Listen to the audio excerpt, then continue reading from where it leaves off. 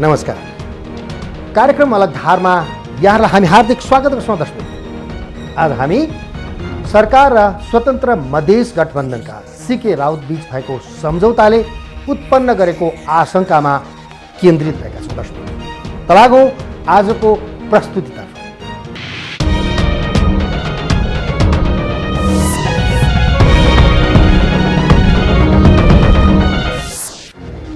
अब आजको प्रस्तुति दर्शकवृन्द, विगत केही वर्षदेखि स्वतन्त्र मधेसको माग गर्दै सङ्घर्षरत डाक्टर चन्द्रकान्त राउत अर्थात् सीके राउतसँग सरकारले 11 बुँदे सहमति गरेको छ। अब सीके राउतलाई खुला राजनीति गर्ने अधिकार प्राप्त भएको छ। दर्शकवृन्द, यसअघि उनलाई लागेका सबै मुद्दाहरू नाटकीय रूपमा फिर्ता भएको छ अहिले। अनि सरकारी चाहनामा सर्वोच्च अदालतले राउतलाई रिहा गरिदिएको चर्चाहरू सुरु हुन थालेका छन्। जुन दिन उनको रिहा भयो त्यही दिन सहमति हुनेले थप आशंकाहरू जन्माएको छ। दर्शकवृन्द, भलै सहमति पत्रमा हस्ताक्षर गरेसँगै राउतले स्वतन्त्र मधेसका लागि जनमत सङ्ग्रह गर्न सरकार राजी भएको प्रतिक्रिया दिएपछि राजनीतिक तरङ्गित भएको हो। अहिले मूलधारका मिडिया, सामाजिक सञ्जाल र संसदमा समेत यसको चर्चा परिचर्चा भइरहेको छ। सरकार जनमत सङ्ग्रहमा सम्झौता नभएको बताइरहेको छ। अहिले सभागृहबाटै प्रधानमन्त्री ओलीले अन्य मधेस केन्द्रित दलहरूलाई काउन्टर दिँदै राउतको नाममा राजनीतिक रोटी सेक्ने दिन गए, अब सकिएको भन्ने अभिव्यक्ति दिएका थिए। उनले राउतलाई प्रचण्डसँग तुलना गर्न पनि भ्याए। दर्शकवृन्द, सोही दिन तर राउतले जनमत सङ्ग्रहको कुरा निकाल्दै खुल्लम खुल्ला भाषण गर्दै हिँडे पनि सरकार मुखदर्शक मात्र बन्नु बाहेक अरू केही गर्न सकिरहेको छैन। अहिले बरु उल्टै उनलाई राष्ट्रिय सभामा सांसद बनाएर पुर्याउने तयारी भइरहेको समाचारहरू अहिले आउन थालेका छन्। नेकपाका सांसदहरू नै ओलीले प्रधानमन्त्री निवासमा अघिल्लो दिन गरेको सहमतिमा आफ्नै फँसेको प्रतिक्रियाहरू अहिले दिइरहेका छन्। बाँकी अलग धारको यो रिपोर्टमा सरकार र सीके बीचको सहमति विवादमा जनअभिमतले निम्त्यायो गम्जागोल। सरकार र मधेसलाई छुट्टै देश बनाउने विखण्डनकारी आन्दोलन गरिरहेका सीके राउत बीच भएको सहमति नराम्ररी विवादित बनेको छ। नेपालको संविधानमा प्रयुक्त जनतामा निहित सार्वभौम अधिकारको प्रयोग गर्दै तराई मधेस लगायत देशका विभिन्न स्थानमा रहेका असन्तुष्टिलाई जनअभिमतमा आधारित लोकतान्त्रिक विधिबाट समाधान गर्न सहमत भएका छौं भनी सहमतिको दोस्रो बुँदामा उल्लेखित सहमति नै विवादको चुरो बन्न पुगेको छ। जनअभिमतलाई सीके राउतले खुलेआम जनमत संग्रहको रूपमा व्याख्या गरेका छन् भने सरकारले त्यसको खण्डन गर्दै आएको छ। जनअभिमत शब्दले दुवै पक्षलाई फरक व्याख्या गर्ने ठाउँ दिएको छ। सहमतिको केही बेर नबित्दै यो शब्दलाई जनमत संग्रहको रूपमा अर्थ्याउने पहिलो व्यक्ति सहमतिको एउटा पक्ष सीके राउत नै भए। सरकारसँग 11 बुँदे सहमति पत्रमा हस्ताक्षर गरेर राष्ट्रिय सभागृहबाट बाहिर निस्कन मात्र के पाएका थिए। राउतले फेसबुक पेज, ट्विटर र आफू निकट मानिएको अनलाइन समाचार पोर्टल मार्फत स्वतन्त्र मधेस अर्थात् मधेसलाई अलग राज्य बनाउने कि नबनाउने भन्ने विषयमा सरकार जनमत संग्रह गर्न सहमत भएको सार्वजनिक गरिदिए। सरकारलाई त्यसको खण्डन गर्दाकै हैरानी आइलागेको छ। अब सीके राउतजीले ट्विट मार्फतबाट जनमत सङ्ग्रह हो भनेर चाहिँ भन्नुभएको छ भन्ने जहाँसम्म अर्थ हो चाहिँ हामीलाई के लाग्छ भन्दाखेरि चाहिँ यो कुनै पनि सहमति जनमत सङ्ग्रहमा भएको छैन र उहाँको त्यही नै हो, जनमत सङ्ग्रह नै हो भन्ने चाहिँ यदि उहाँको त्यस्तो हो भनेपछि निश्चित रूपमा चाहिँ यो सहमतिको विरुद्ध हुन्छ। त्यो जो सरकार र चाहिँ स्वतन्त्र मधेसको बीचमा चाहिँ जो सहमति भएको छ त्यो सहमतिको विपरीत जान्छ र कुरो फेरि उही पुरानो ठाउँमा जान्छ। देशको गृह मन्त्रीबाट आएको स्पष्टीकरणलाई आधिकारिक नै मान्नुपर्ने हुन्छ। तर संघीय संसदको रोस्टमबाट गृहमन्त्रीले जनमत संग्रहको सहमति नभएको बताइरहँदा अर्को पक्षले स्वतन्त्र मधेस राज्यको नारासहित जनकपुरमा गरेको प्रदर्शनको यो दृश्यले शङ्का गर्ने ठाउँ दिएको छ। गृहमन्त्रीको कुरा व्यवहारमै खण्डित भएको छ। यति मात्र होइन, सत्ताधारी दल नेपाल कम्युनिस्ट पार्टीकै नेता तथा पूर्व गृहमन्त्रीले समेत सरकारको भनाइलाई पत्याएका छैनन्। कुनै पनि देशले मेरो यो भूभाग राख्ने कि नराख्ने भनेर जनमत संग्रह जस्तो कुरा गर्ने कुरा अत्यन्त आपत्तिजनक हुन्छ। सीके रावजी र उहाँका समर्थकहरूले यो जनअभिमत भनेको जनमत संग्रह नै हो भनेर उहाँहरूले बारम्बार भन्नुभएको छ। त्यसकारण यी सम्पूर्ण कुराहरूलाई नेपालको संविधान अनुसार, नेपालको राष्ट्रिय स्वाधीनता र स्वतन्त्रताको भावना अनुसार सरकारको तर्फबाट सच्याइयोस्, अर्को वक्तव्य जारी होस् र नेपाली जनतामा रहेको भ्रमलाई हटाइयोस्। सम्झौता कार्यक्रममा सीके राउतले सम्बोधनका क्रममा बुद्धका सन्तान भएकाले अहिंसामा विश्वास गर्ने भन्दै शान्ति र अहिंसाको बाटो रोजेर संविधानको परिधिमा रहेर राजनीति गर्ने उद्घोष गरेका थिए। उनै राउतलाई राष्ट्रिय सभामा लाने समाचारहरू पनि देशका मूलधारका मिडियाहरूले लेख्न थालेका छन्। प्रतिपक्षी दल सरकारको जवाफ खोजिरहेको छ। सरकार र पृथकतावादको नारा लिएको स्वतन्त्र मधेस गठबन्धन बीच नेपालको संविधानको सीमाभित्र मधेस र मधेसीको हक खोज्ने भनी भएको सहमति सकारात्मक छ। तर सहमतिको पृष्ठभूमि र शैलीले अदालत र सरकारको बीच कतै मिलीभगत चलिरहेको छैन भन्ने गम्भीर प्रश्न उठाएको छ। सहमतिमा प्रयोग भएको शब्दावलीको दुई पक्षको आफ्नै व्याख्याले सकारात्मक वातावरणलाई संशयको घेरामा ल्याएको छ। के को लागि जनमत संग्रह, कसका लागि जनमत संग्रह, हामीलाई उत्तर चाहिन्छ। अत सहमतिको बारेमा सदनलाई जानकारी गराउन सरकारसँग माग गर्दै यस विषयमा सदनमा छलफल गराउने प्रबन्धका लागि सम्माननीय सभामुखसँग जोरदार अनुरोध गर्दछु। अघिल्लो दिन राजपा सत्ता बाहिर जानु र भोलिपल्ट सीके राउतसँग सरकारले सम्झौता गर्नु यो फगत संयोग हो वा यसभित्र केही मधेस राजनीति लुकेको छ, त्यो समयक्रममा उद्घाटित हुने नै छ। प्रधानमन्त्री केपी ओलीले पनि सीके राउतलाई देखाएर राजनीतिमा रोटी सेक्ने दिन गएको भाषण गर्दै मधेसवादी दललाई काउन्टर दिइरहेका छन्। देश टुक्राउने अभियानमा लागेर मधेसको स्वतन्त्रता र त्यहाँको अधिकारका विषयलाई उठाएका सीके राउतसँगको सम्झौताले क्षेत्रीय राजनीतिमा रमेका मधेसवादी दलहरू आश्चर्यमा परेका छन्। जुन विप्लवलाई उहाँले लुटेरा भनेर सम्बोधन गर्नुभयो, विश्वास राख्नुहोस् एक दिन सीके राउतभन्दा ठुलो अङ्गालो त्यो विप्लवजीको लागि उहाँले लगाउनेवाला हुनुहुन्छ। जुन प्रचण्डजीसँग उहाँले सीके राउतको तुलना गर्नुभयो त्यो पनि अचम्मको कुरा थियो। जुन राष्ट्रिय जनता पार्टी नेपालले समर्थन फिर्ता लिएपछि उहाँ 2 दिनदेखि रिस पोख्दै हुनुहुन्छ। उनले आफ्नो दल हेर्नु नै भएको छैन। उनको आफ्नै दलका नेताजीहरू अहिले प्रधानमन्त्रीजीलाई हम्मे हम्मे पार्नु भएको छ। तपाईले किन सम्झौता गर्नुभयो भनेर हम्मे हम्मे पार्नु भएको छ। रहस्यमयी सम्झौता उनको लागि पनि घाँडो बन्दै गइरहेको छ। तर ती सबै प्रतिकूलताका बावजुद प्रधानमन्त्रीजीलाई पनि धन्यवाद, सीके राउतजी जस्ता विखण्डनकारीलाई राजनीतिको मूलधारमा ल्याइदिनु भयो, हाम्रो सँगै बनाइदिनु भयो, उहाँलाई पनि धन्यवाद। सामाजिक सञ्जालहरूमा जनमत संग्रहको विषयले निकै सनसनी मचाएको छ। देश टुक्रिन दिन नहुने भन्दै तर्क वितर्कहरू बढिरहेका छन्। सरकारले डाक्टर सीके राउतलाई मूलधारको राजनीतिमा ल्याउन गरेको प्रयासको स्वागत भएको छ भने जनमत संग्रहलाई मधेसवादी दलहरूले पनि मानेका छैनन्। अखण्ड नेपालभित्रै मधेसका जनताले आफ्ना सबै सम्भावनाहरूलाई खोजेका छन्। सीके राउतजी पहिलो पटक विराटनगरमा गिरफ्तार हुनुभएको थियो। त्यो गिरफ्तारीपछि स्वस्फूर्त रूपमा हजार युवाहरू गिरफ्तारी दिए, रोड सडक जाम गरे, आन्दोलन गरे, समात्न हुँदैन भनेर भने, अर्थात् सडकमै आए। तर पछिल्ला दिनमा के देख्यौँ भनेपछि उनी अहिले 5 महिनादेखि कारागारमा हुनुहुन्थ्यो। थुप्रैलाई थाहा पनि थिएन, चासो पनि थिएन। भनेपछि के भनेपछि उनी अखण्ड नेपाललाई टुक्र्याउने जुन कुरा गर्नुहुन्थ्यो त्यसबाट मधेसका जनता पनि सहमत थिएनन्, विमति राख्थे। सीके राउतजीको लोकप्रियता पछिल्लो दिनमा खस्किँदै गइरहेको थियो। हो, उनले आफ्नो त्यो कष्टकर जीवन, जेलको टर्चर र पछिल्ला दिनमा उनले खस्कदै गरेको ती सब कुरा देखेपछि उनी साँच्चै भन्ने हो भने सरेन्डर गरेका हुन्, रहस्यमयी ढङ्गले सरेन्डर गरेका हुन् र उनको सरेन्डरले अब देशले एउटा सम्भावनायुक्त नेता पाउँदैछ। सीके राउत र उनको समूहलाई वार्ता र सम्झौताको माध्यमबाट राष्ट्रिय राजनीतिमा ल्याउनु सरकारको महत्त्वपूर्ण उपलब्धि र सराहना गर्नुपर्ने कार्य हो। तर सहमतिको अपव्याख्या गर्दै सीके राउतले सार्वभौम देशबाट मधेस अलग गर्न जनमत संग्रह हुन्छ भनेका छन्। यो अभिव्यक्तिले कुनै दुर्घटना निम्त्यायो भने सरकार र सत्तारूढ दल नेकपाको गम्भीर भूल मानिनेछ। अब एकैछिन छोटो विश्रामपछि अलग धारको बाँकी अंश लिएर हामी उपस्थित हुन्छौँ, तर एकैछिनको यो छोटो विश्रामपछि।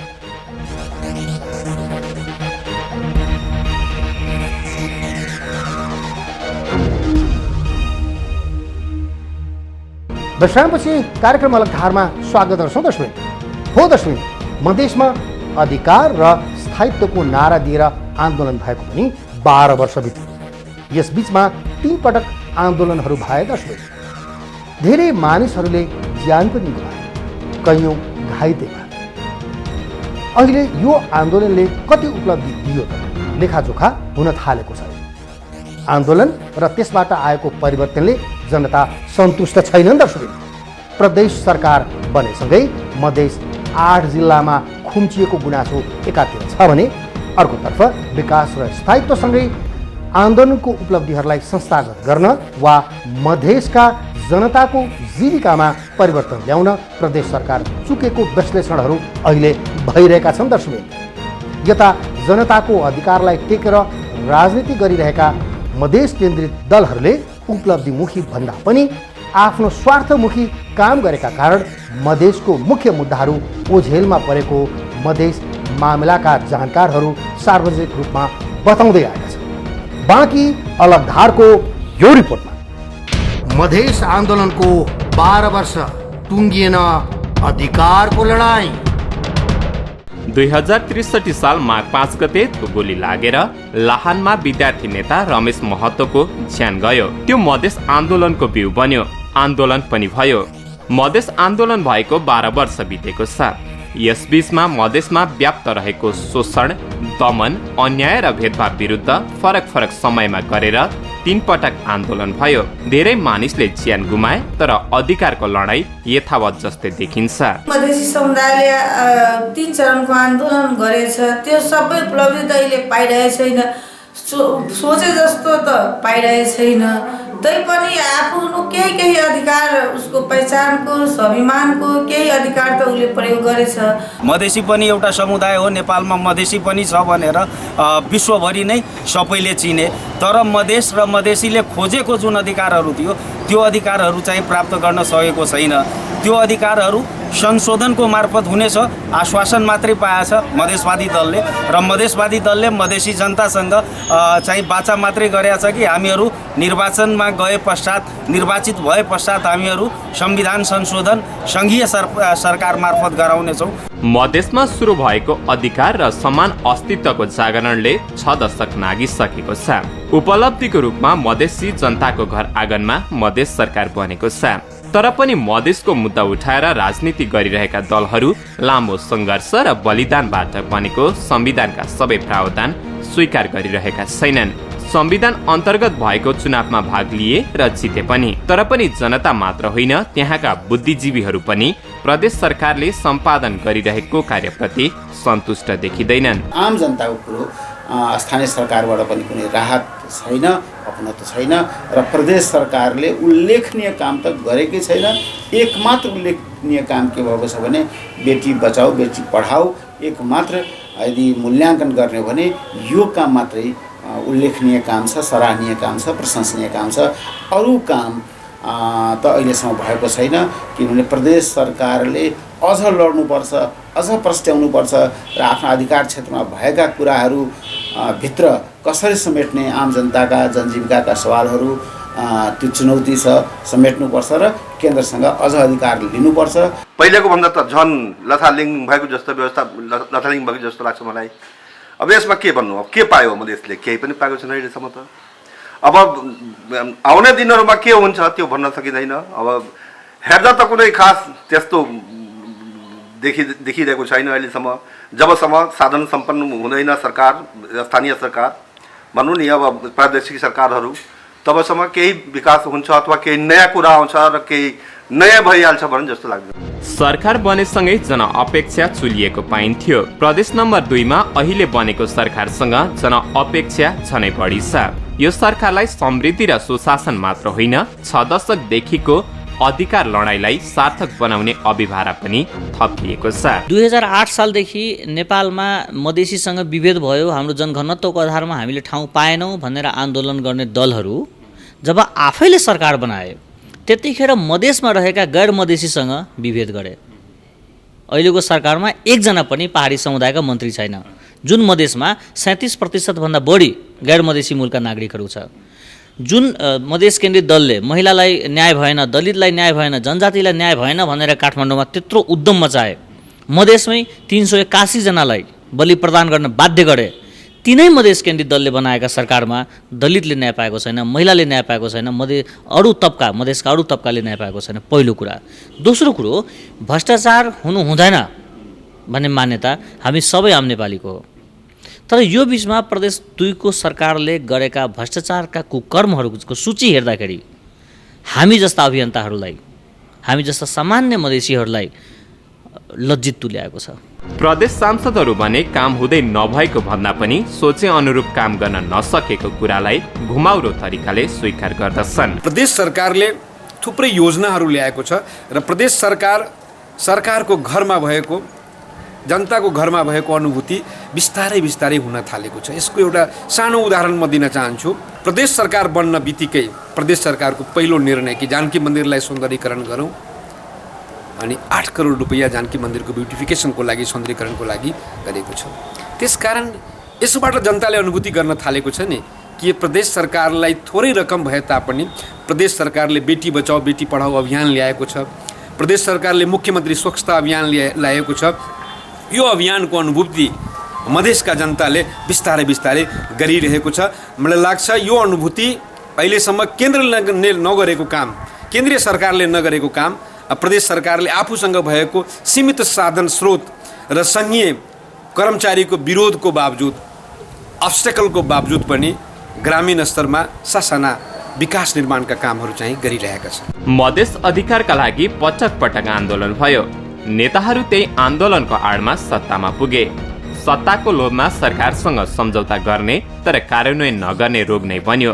सत्तामा हुँदा कार्यान्वयन नगर्ने अनि फेरि सत्ताबाट बाहिर आन्दोलनको धम्की दिने मधेसवादी दलहरूको रोग नै बनेको छ, जुन भर्खरै राजपा सत्ताबाट बाहिरिएसँगै अझ प्रष्टिएको छ। मधेसको लागि मात्रै काम गर्छु भनेर उभिएका दलहरू अहिले पनि पारिवारिक मोह र पैसाभन्दा माथि उठ्न सकेन।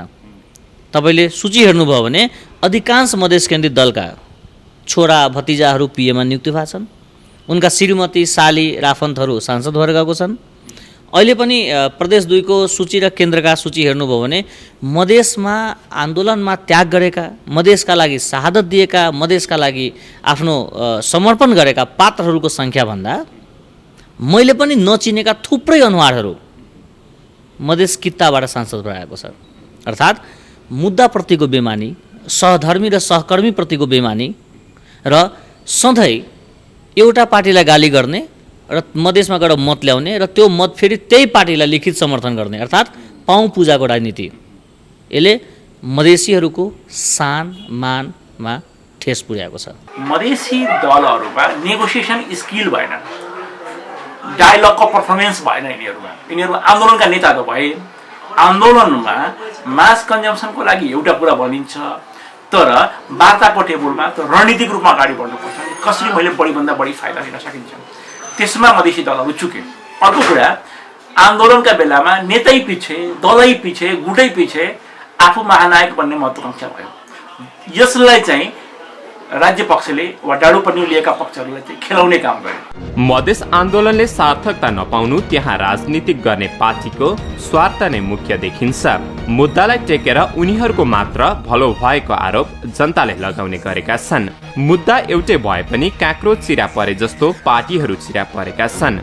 एक पार्टीले अर्को पार्टीको अस्तित्व स्वीकार गर्ने अवस्था छैन। मुख्य नेताहरूले क्षेत्रीय दल छाडेर मुख्य राजनीतिक दलमा प्रवेश गर्नाले पनि अस्तित्वको लडाईँ पछि पर्दै गएको विश्लेषणहरू हुने गरेका छन्। इतिहासमा सीमित हुन्छ यिनीहरू, किन मधेसमा अब धेरै तबकाका जानकारहरू, मधेसी नेताले मधेसी जनतासँग, मधेसका अभियन्तासँग गरेका बेमानीका सूचीहरू सार्वजनिक भइसकेको छ। र तपाईँ हामी के कुरामा प्रश्निनुपर्छ भने समय सीमा बिनाका सम्झौताहरू त्यो आफैमा धोका हो।